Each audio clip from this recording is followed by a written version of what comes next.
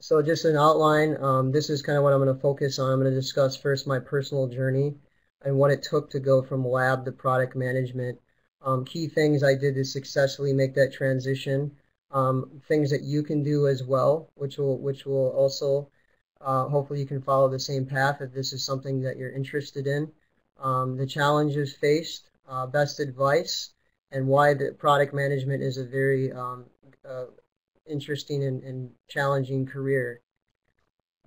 So the turning point for me, and I'll be honest, I was in my third, fourth year of my PhD, and I had no idea what I wanted to do. And I just knew it was time for action. And I actually went on the internet and I typed how to transition from academia into business, and up came an article written by Dave Jensen, who does the Tooling Up series on science careers. And this quote really stood out to me because it really made me realize that it is possible to take steps now and really decide what you want to do postgraduate school.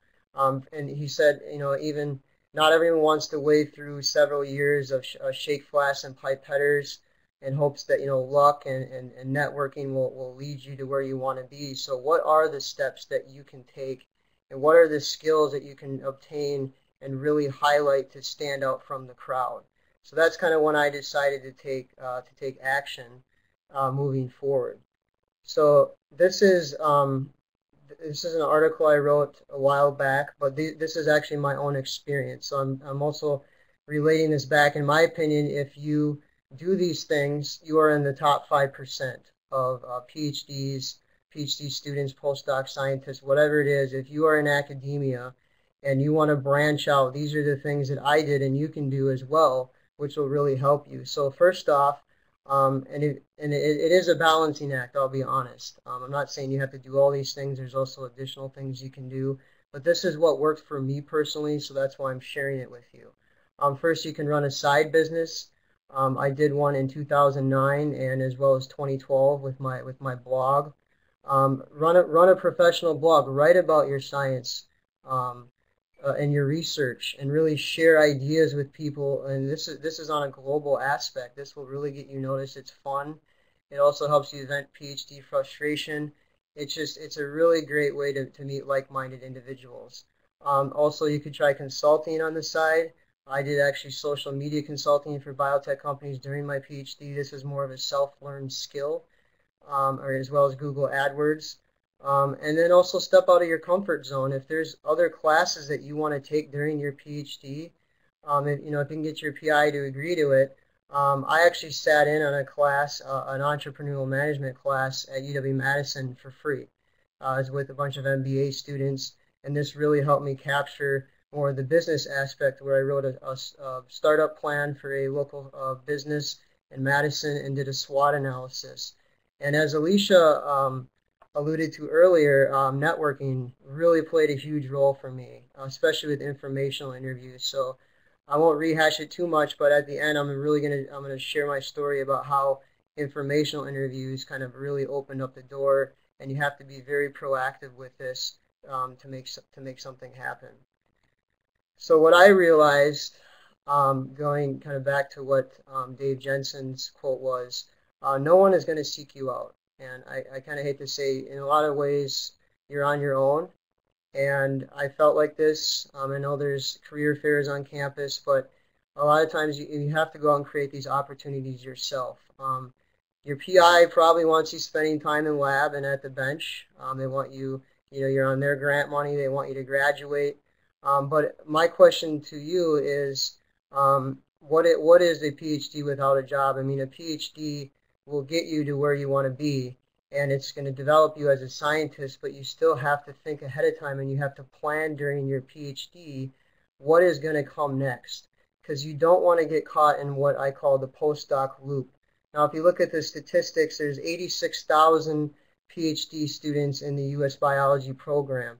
70% do a postdoc, and even 30% will do a second postdoc. So you can tell it's actually delaying the inevitable, because if you look downstream, this is where you can actually end up.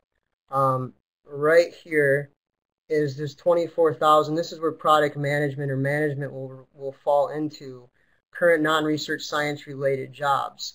And this is, and you can skip the postdoc, but you have to be aware, and everyone's heard this a million times, but you have less than an 8% chance of becoming a tenure track faculty. So you kind of have to plan ahead and really know the steps and skills that you need to develop to be able to make this jump. So, and I'll get into the jump here in a minute, but I just want to kind of backtrack and tell you what product management is and why it could be a great career for you, and why I thought it was a great career for myself. But product management in particular is you are the hub of knowledge about your product for the entire company. You are the driving force for the success, short term or long term. And the cool thing is you get to develop all these different skills. You get to interact with so many different teams and departments, whether it's sales or operations or finance or legal, even patent law and IP. It's all there. You are basically the market driver for your product. It's very challenging. You will develop a very broad skill set. It can also shuttle into other positions like business development. It's very fun, and you can lead by influence, and you'll gain a lot of deep satisfaction when you see your product grow and be successful. So I picked product management in particular. I'm more of an entrepreneur. I'm sure a lot of you will also have other interests outside of lab, and one in particular is combining science with business.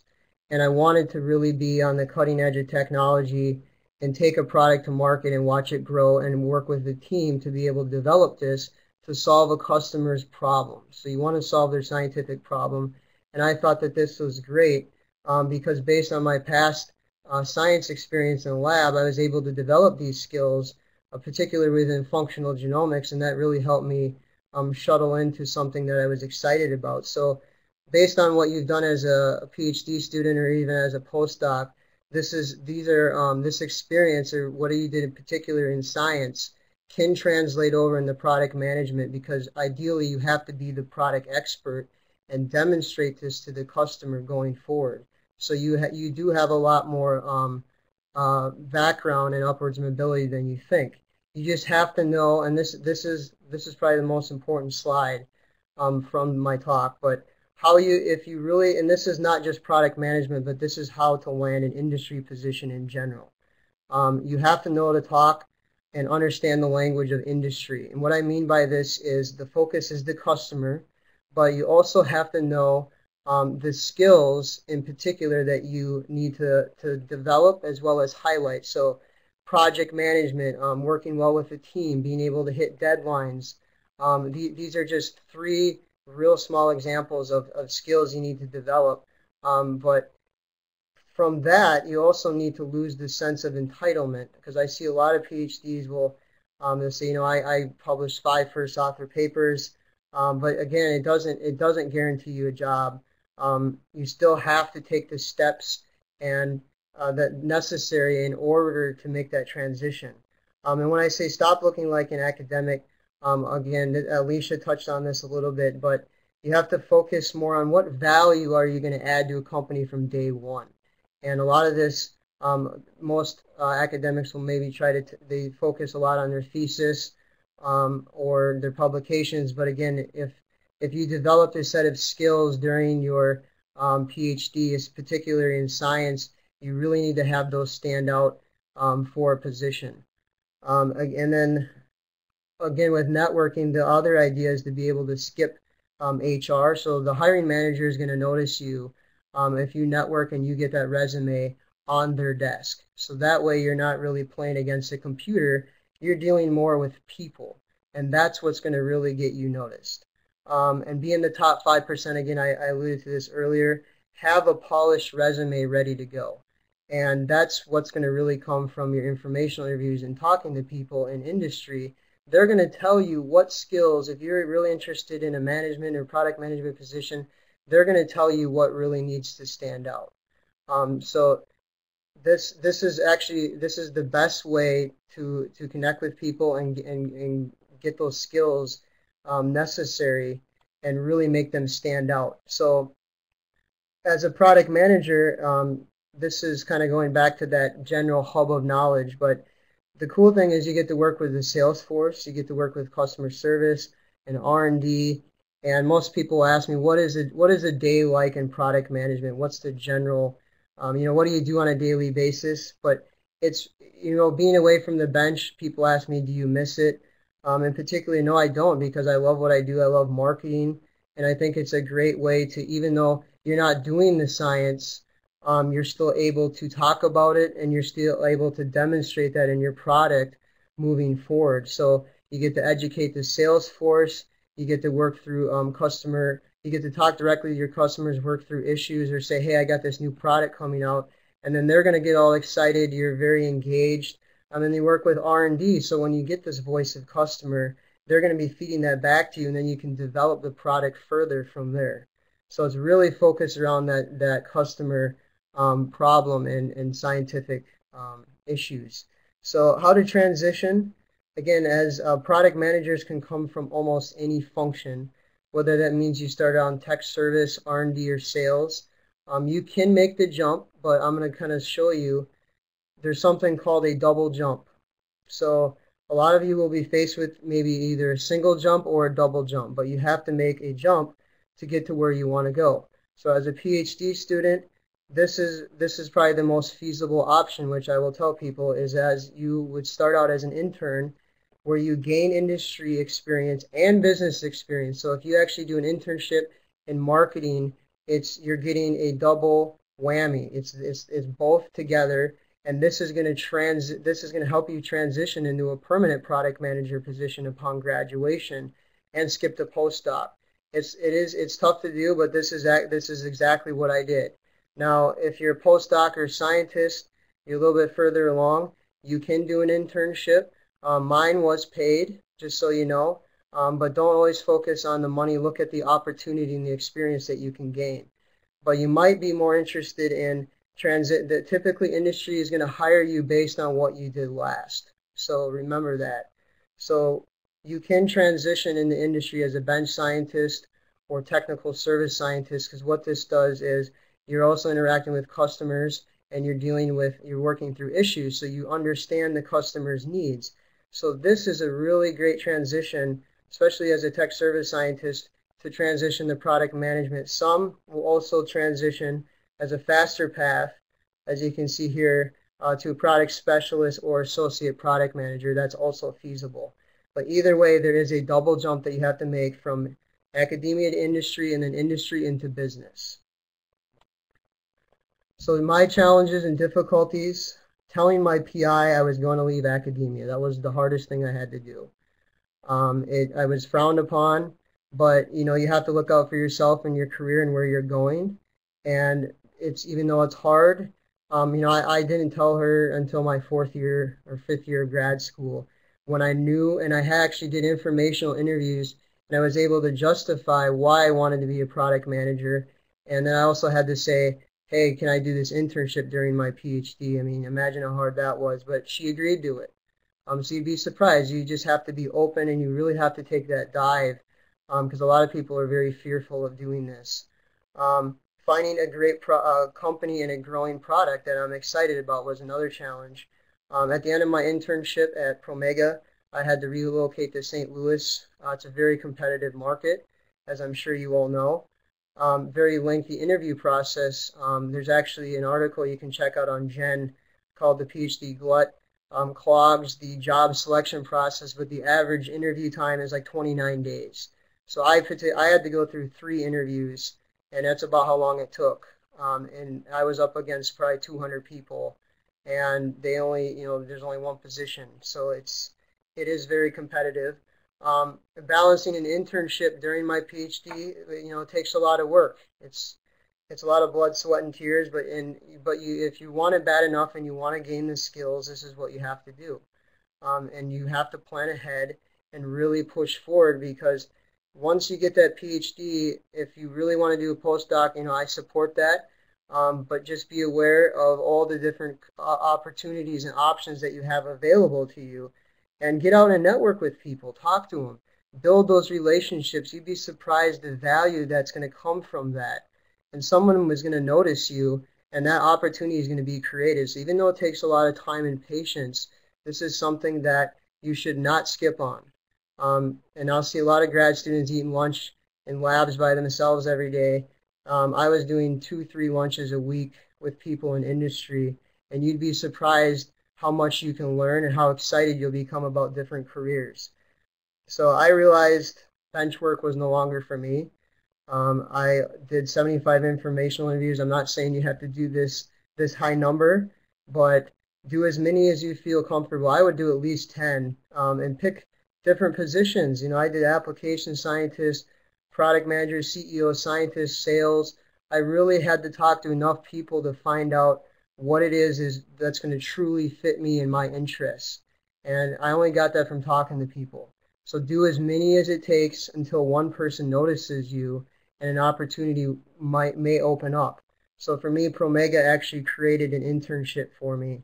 And I worked 20 hours a week during my PhD, so I was putting in maybe a total of 80 hours. And you know what? It was tough, but it was worth it in the end. And you don't have to do it during. You could actually do an internship during the summer. Again, it's just getting your PI to agree is the toughest part in creating that opportunity. So I currently manage shRNA, microRNA, and lentiviral ORFs. It's a very big product portfolio, but again, this related to what I did as my thesis work, and it's a really cool product, and I'm very excited. So the same thing can also happen for you. And remember that you are responsible for the success of your product, and that's what will give you a lot of deep satisfaction. So just to kind of tie things up, defining product management.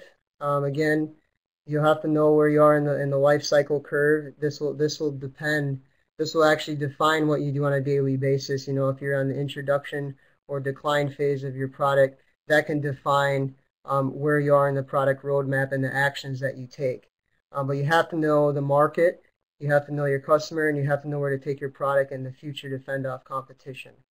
So I know you've heard a lot about product management, and in particular, you know, going from lab to management, but there's other types of careers out there other than just industry. You know, there's nonprofits, there's policy, communications, consulting, IP. So just be aware, you can do informational interviews with any people in these sectors. So you're not just limited to industry. So keep an open mind moving forward.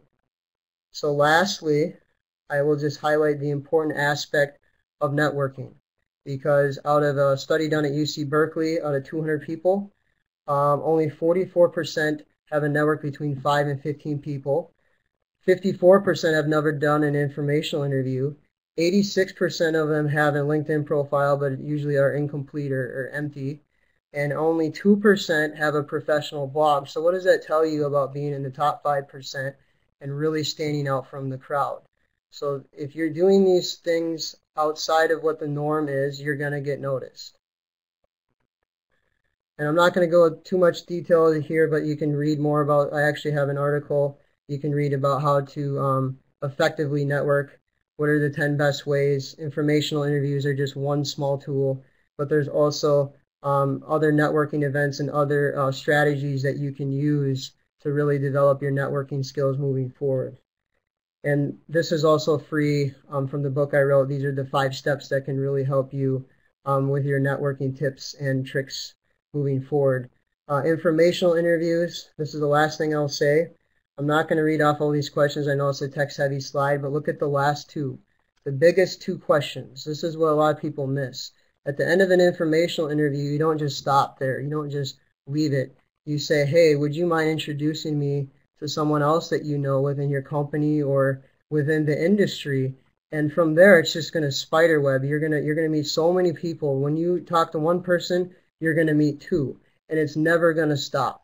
So you don't be afraid to ask this at the end. Hey, would you introduce me to someone else?